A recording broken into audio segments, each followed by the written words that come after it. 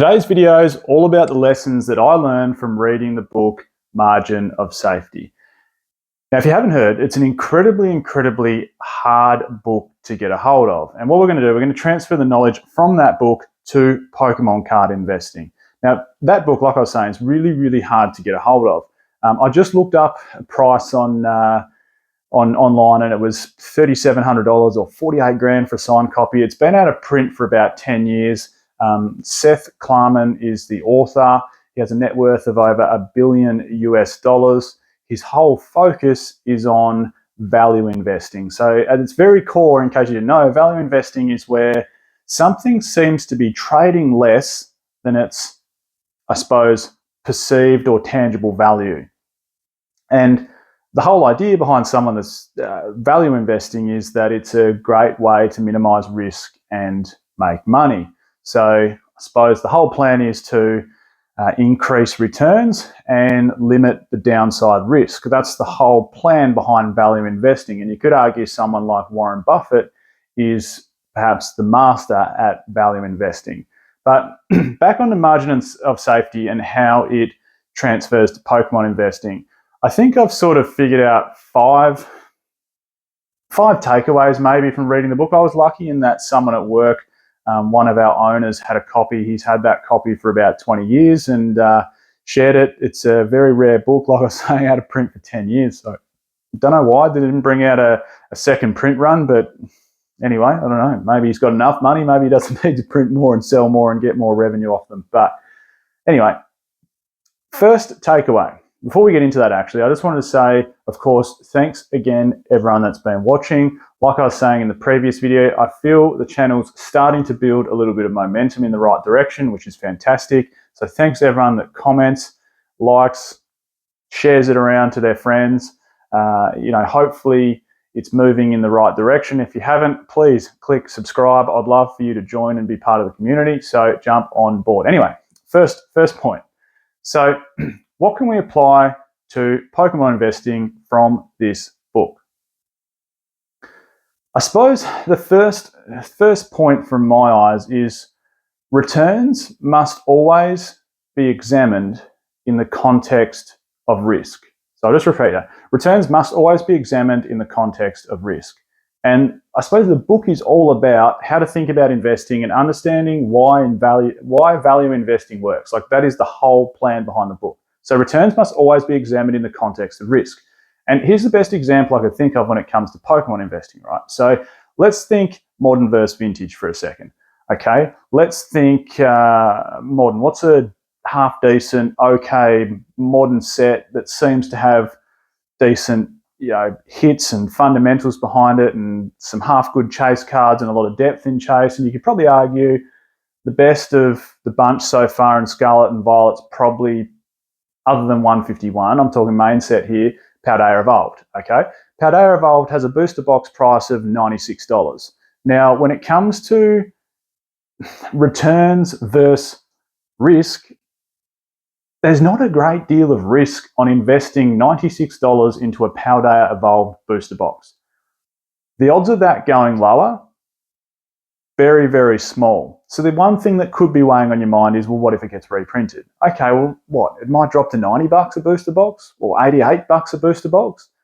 If you're thinking that short term, you shouldn't even be investing in it anyway. So forget about that risk. You can almost argue it's got next to none.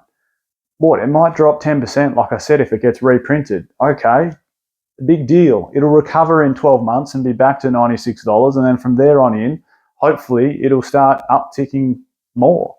So now let's compare that to vintage, okay?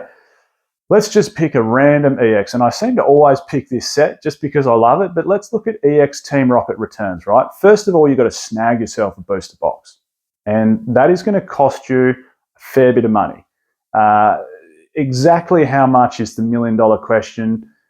These don't come around very often, and when they do come around, let's just say it's going to cost you $30,000 US. So first of all, you've got to think that in the future, I can pass this on to someone that's going to pay more than what I've paid for it. That's the first risk. thinking about someone else that's got to pay more for it. So someone's maybe got to pay 40K or 50K or 60K if you want to double your money. And then it's like, is someone going to be willing to pay that? So there's the first risk. The second risk is it's 30K. It could well drop in value. Like, what happens if the hobby takes some sort of backward step or a major backward step, and all of a sudden that 30K booster box is worth 15K? So you can see what I'm getting at.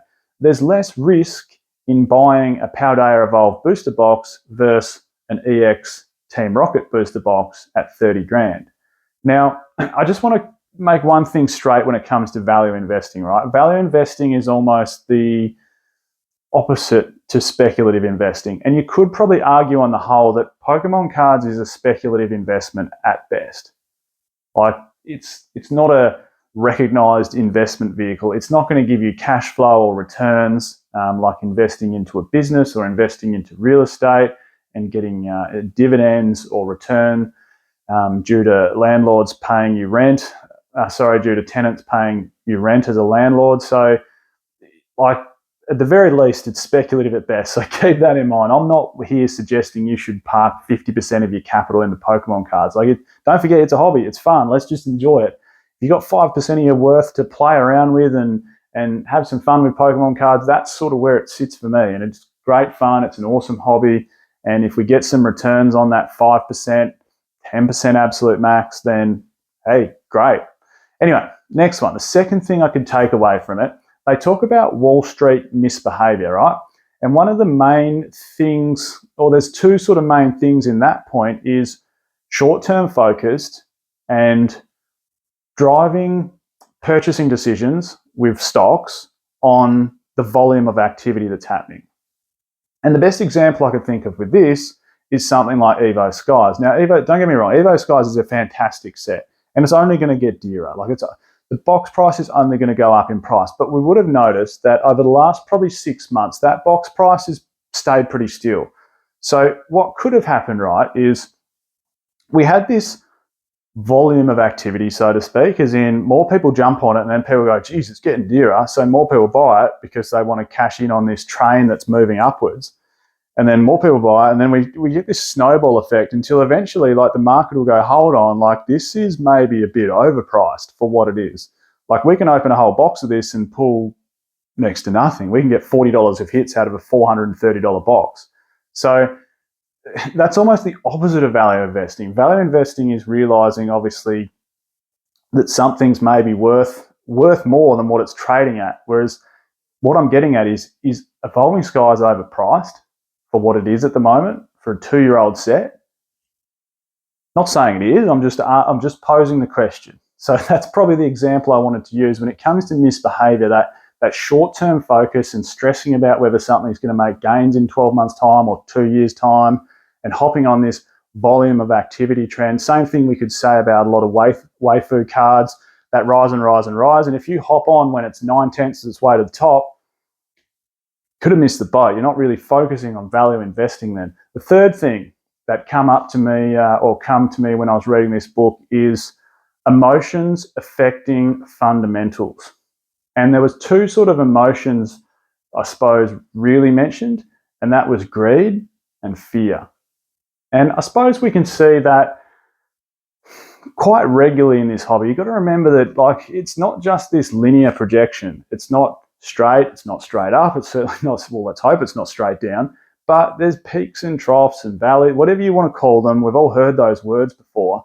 But stressing about riding this train up, and then all of a sudden it takes a little turn down, and then the fear sets in, and you go, those Sword and Shield alt arts that I purchased for $200, the Lugia and the Charizard V, and I thought they were going to go to $300, and now they're at $130.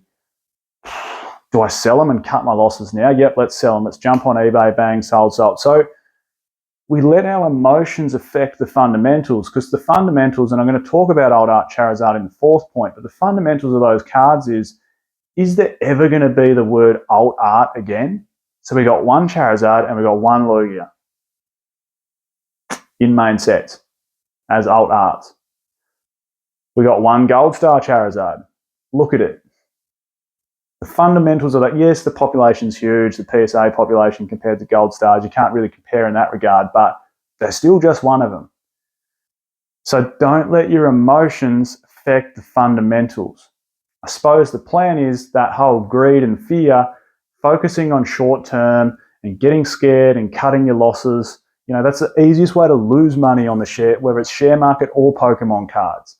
So don't do that. In other words, don't let emotions affect the fundamentals of your investing journey. Number 4, this is the fourth thing that I learned from this book, is this whole price versus value equation. And that's the whole idea behind value investing. So they talked about a pretty famous stock during 2009, sort of towards the end of the global financial crisis. I'm not going to name the stock, it's not important, it's more just the concept behind it that's important. Dropping an additional 40% overnight. And it was a pretty big company, and it's like, is that company has it really lost 40% of value overnight? That whole price versus value. So is it a good pickup as it dropped 40% overnight? It seems to be worth more than that. And here's an example I want to use in the Pokemon card world. I said I would talk about this. So Charizard V Alt Art from Brilliant Stars, right? So 3 months ago, it was roughly a $130 card. 1 month ago, it dropped to a smidgen over 100. So it's dropped basically 35% of its value in 2 months.